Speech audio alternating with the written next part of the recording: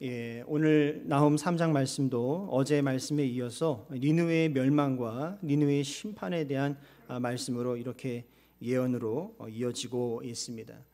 오늘 말씀 가운데 은혜를 찾아서 말씀을 전한다는 것이 참 쉽지가 않았는데 디모데후서 말씀처럼 모든 성경은 하나님의 감동으로 되었다라고 하는 말씀에 의지해서 말씀을 살펴보면서 또 묵상하면서 하나님께서 주신 은혜를 이 시간 잠깐 나누려고 합니다. 저는 오늘 니느웨의 심판에 대한 말씀을 드리려고 하는 것이 아니라 오히려 니느웨의 그 멸망의 모습을 통해서 우리의 모습을 한번 보기를 원하는 것입니다. 우리 함께 읽었습니다만 8절의 말씀을 같이 한번 다시 읽어보도록 하겠습니다. 8절의 말씀입니다. 시작. 내가 어찌 노아몬보다 낫겠느냐? 그는 강들 사이에 있으므로 물이 들렸으니 바다가 성루가 되었고 바다가 방어벽이 되었으며. 아멘. 여기 이 8절에 보면 지명이 하나 이렇게 등장을 합니다. 노아몬이죠. 노아몬이라고 하는 지역 이름이 나오고 있습니다. 이 노아몬이라고 하는 이 지역은 지금의 이집트의 테베를 이야기하는 것인데요. 다른 말로는 여러분 룩소라고 아실 것입니다. 다시 말해서 노아몬, 테베, 룩소 같은 지명을 같은 곳을 말하는 지명이라는 말씀이죠.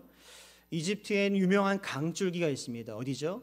나일강이죠. 나일강 삼각줄을 이렇게 쭉 따라가서 그 나일강 줄기 아래로 쭉 뻗어 있는데 그 나일강 줄기 한 가운데에 바로 이 노아몬, 테베, 룩소라고 하는 곳이 자리하고 있습니다.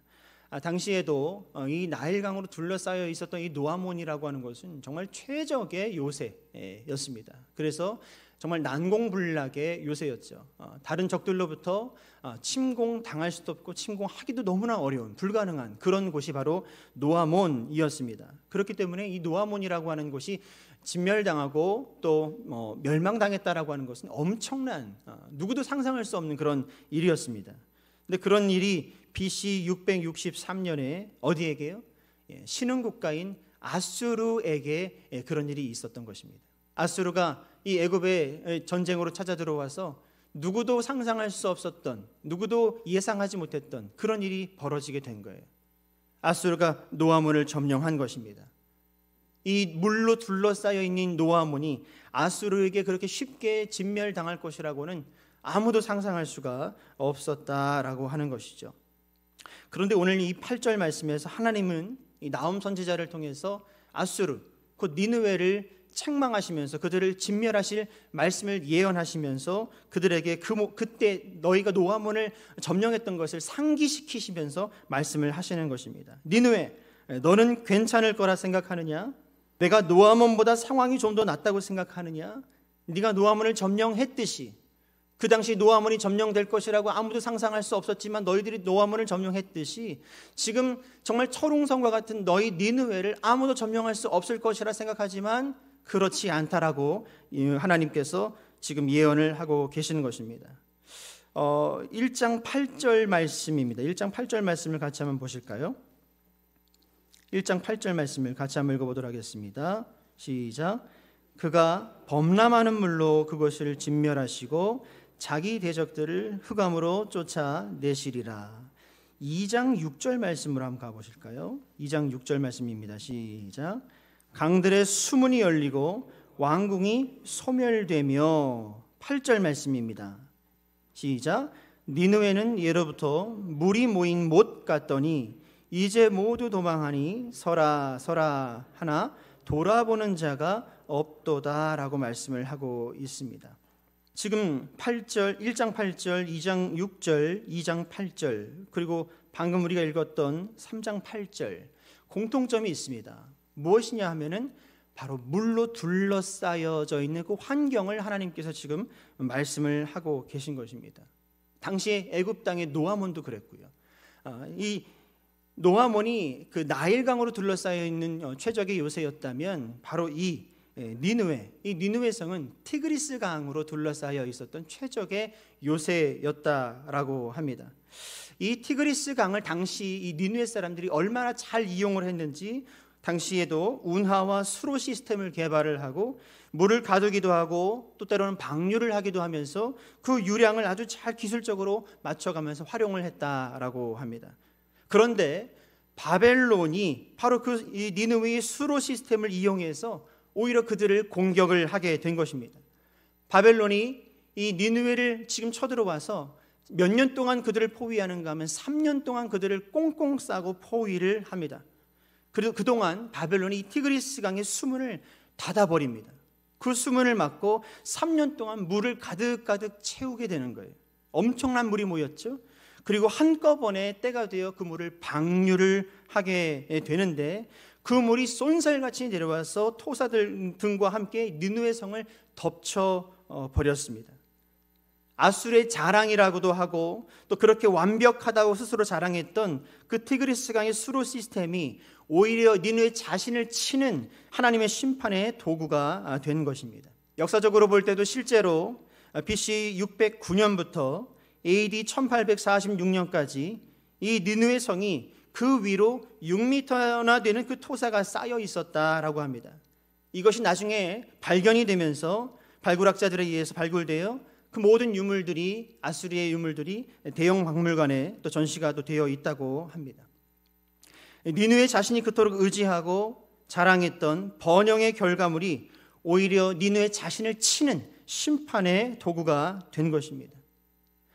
사랑하는 성도 여러분, 이 세상의 어떤 번영과 지혜와 기술이라고 할지라도 어떤 성공이라고 할지라도 하나님께서 그것을 인정하지 않으시면 그것은 축복이 아닌 것입니다.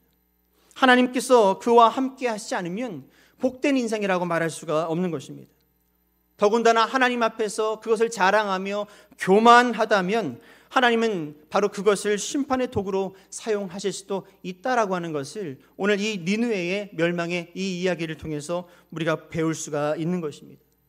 오늘을 사는 우리도 마찬가지가 아닐까 생각이 듭니다. 건강을 우리가 자랑할 수가 있을까요? 그럴 수가 없습니다. 우리가 지혜와 지식이 많다고 우리가 자랑할 수가 있겠습니까? 그럴 수가 없습니다.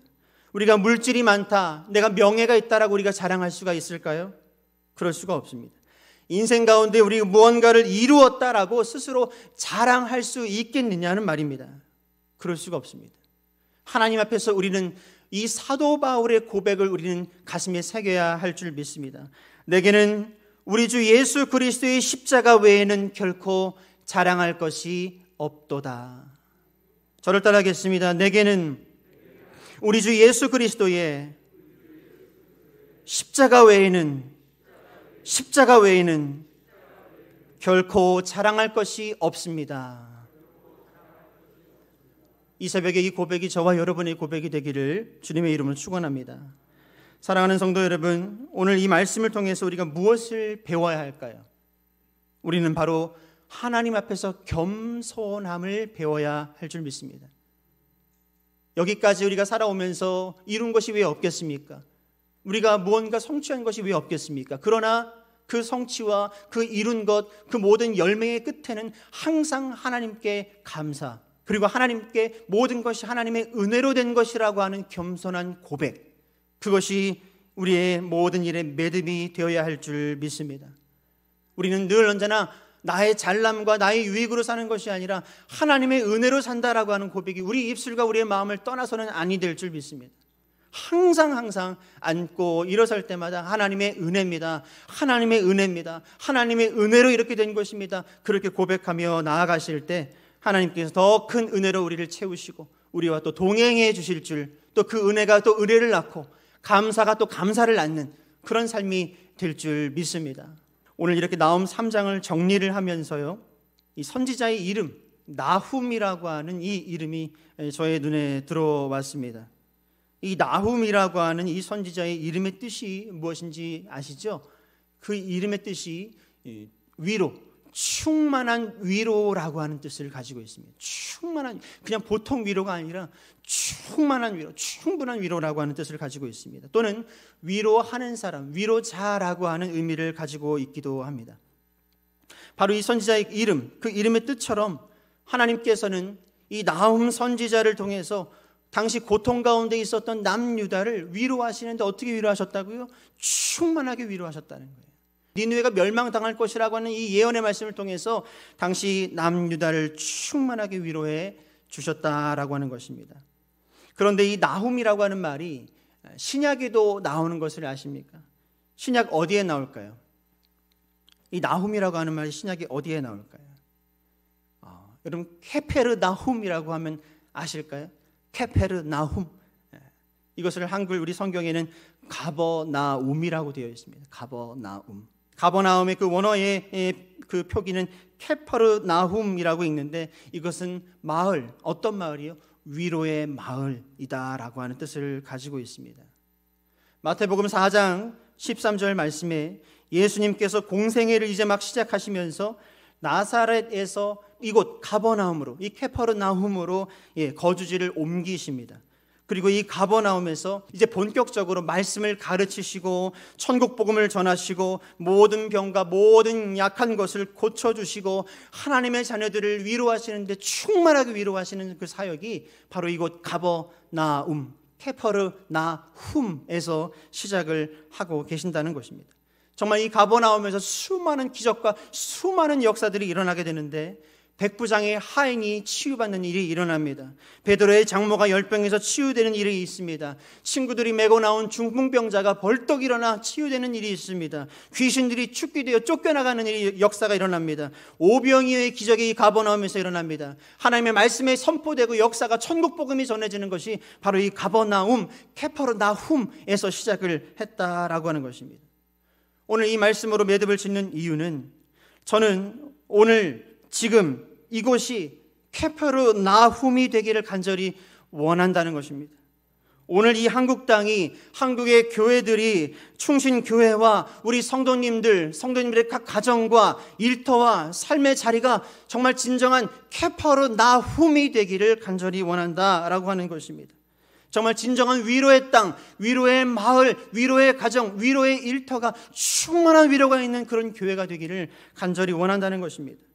그래서 정말 이 땅에서 하나님의 말씀의 역사가 새롭게 선포되어지고 전도와 선교의 새로운 역사가 일어나고 그리고 모든 아픔과 질병이 치유되고 그리고 회복되기를 원한다는 것입니다.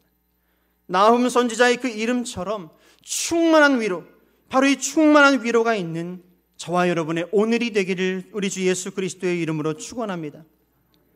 여러분 마틴 루터를 잘 아실 것입니다. 이 마틴 루터가 곤경에 처했어요. 더 이상 그 종교개혁을 이어갈 수 없을 만큼 모든 것이 소진되고 힘들고 곤고한 때가 되었습니다. 그때 그가 말씀을 펼쳐서 읽었던 그 말씀이, 그때 곤고했던 마틴 루터의 심령을 꽉 붙잡아줬던 말씀이 바로 이 나훔 말씀입니다.